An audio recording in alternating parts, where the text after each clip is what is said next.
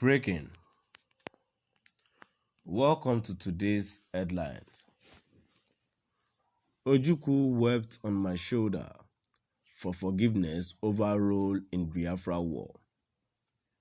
Ojukwu wept on my shoulder for forgiveness over role in Biafra war. To my dear listeners, from wherever you're listening from, stay tuned as I read today's news.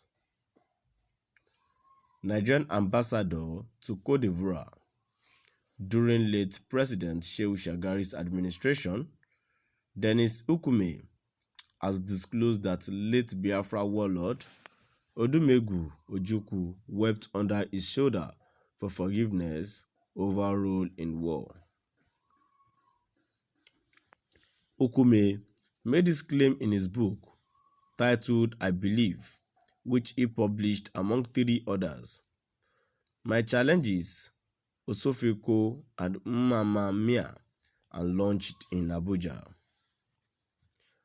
According to the 83-year-old, Ojukwu agreed to Shagari's condition to be referred to simply as Mr. without any military insignia if he, Ojukwu, would be granted pardon for his role in the Nigerian Civil War.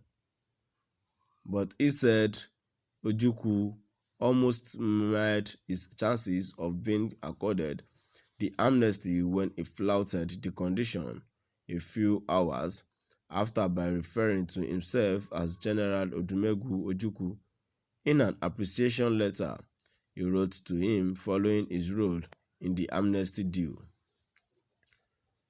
In the published book, the former Nigerian ambassador also said the then National Party of Nigeria (NPN) had made efforts to frustrate the granting of amnesty to Ojukwu if he would not join the party upon return to Nigeria, but that his firm opposition to the party's leadership condition led to the amnesty for the late Biafran leader.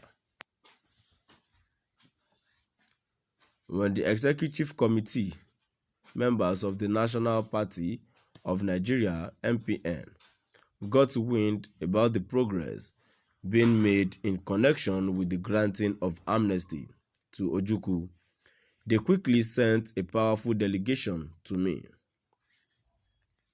They requested that under no circumstances should amnesty be given to Ojukwu unless he gave an unequivocal undertaking that he would enroll as a member of the NPN on return. I told them clearly that their demand was unacceptable. I reported the matter to the president. Weeks later, I traveled to Lagos to inform the president that I was convinced beyond any doubt that Ojukwu was truly remorseful for all that happened during the Civil War. I then recommended he be granted amnesty. The president accepted my recommendation. He dispatched the Minister of Internal Affairs, Ali Baba, and the Director General of National Security Organization, NSO, Alhaji Umaru Shinkafi, with a list of conditions governing the granting of the amnesty. They were as follows: that no one would force him to join a political party. The government, however, advised that on his return, he should conduct a thorough overview of the political parties in the country with any of his choice. That his personal protection, like those of all Nigerians, was guaranteed under the Nigerian Constitution. That he should not own a privately armed body for his protection, he said.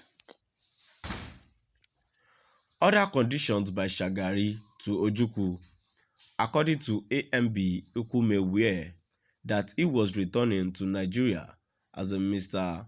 Odumegwu Ojukwu with no military insignia attached to his name, that his properties or those of his relations that had been confiscated as a result of a decree or edict remained the properties of government, that his properties or those of his relations occupied by government, and rent not paid would be fully paid to date, and that if those conditions were acceptable to him, the president would consider granting him amnesty. Ukume said, accompanied by the minister and the director general, I took the conditions to a high-profile meeting of the Ivorian governing party, which was convened by the president. I read the conditions one after the other. Ojukwu accepted all of them. Finally, we then went to a meeting of the Ivorian Executive Council as the minister, the DG, and I embraced him in turns. He broke down and wept profusely, he claimed. Okume continued, shortly after the delegation had returned to Nigeria, I invited Ojukwu and his wife to the residence for a private dinner by the swimming pool. I had also asked a few senior members of the Nigerian community and our home-based officers with their wives to attend. The idea of the dinner, I informed President Shagari afterward, was to reassure Ojukwu about the genuineness of the government's intentions and to allay any unfounded fears that the government was planning to abduct him. Days after the dinner party, Ojukwu wrote to express his appreciation. I was shocked when he ended his letter with yours most respectfully, General Odumegwu Ojukwu. General, he already had contravened one of the amnesty conditions. A few days later, I was in Lagos and called the attention of the president to the word general, which was clearly a misnomer given the conditions of the amnesty. The president had also received a letter from the ex-warlord requesting for a courtesy call appointment when he returned to Nigeria. The letter also carried the infamous insignia. However, Benin President Shagari took the triviality in his stride. He was ever ready to receive Ojukwu, he added. According to AMB Ukume, ex-Vice President late Alex Ekwueme had planned to join prominent Igbo sons and daughters to welcome Ojukwu at the airport upon return to the country, but was reminded of his then status by President Shagari.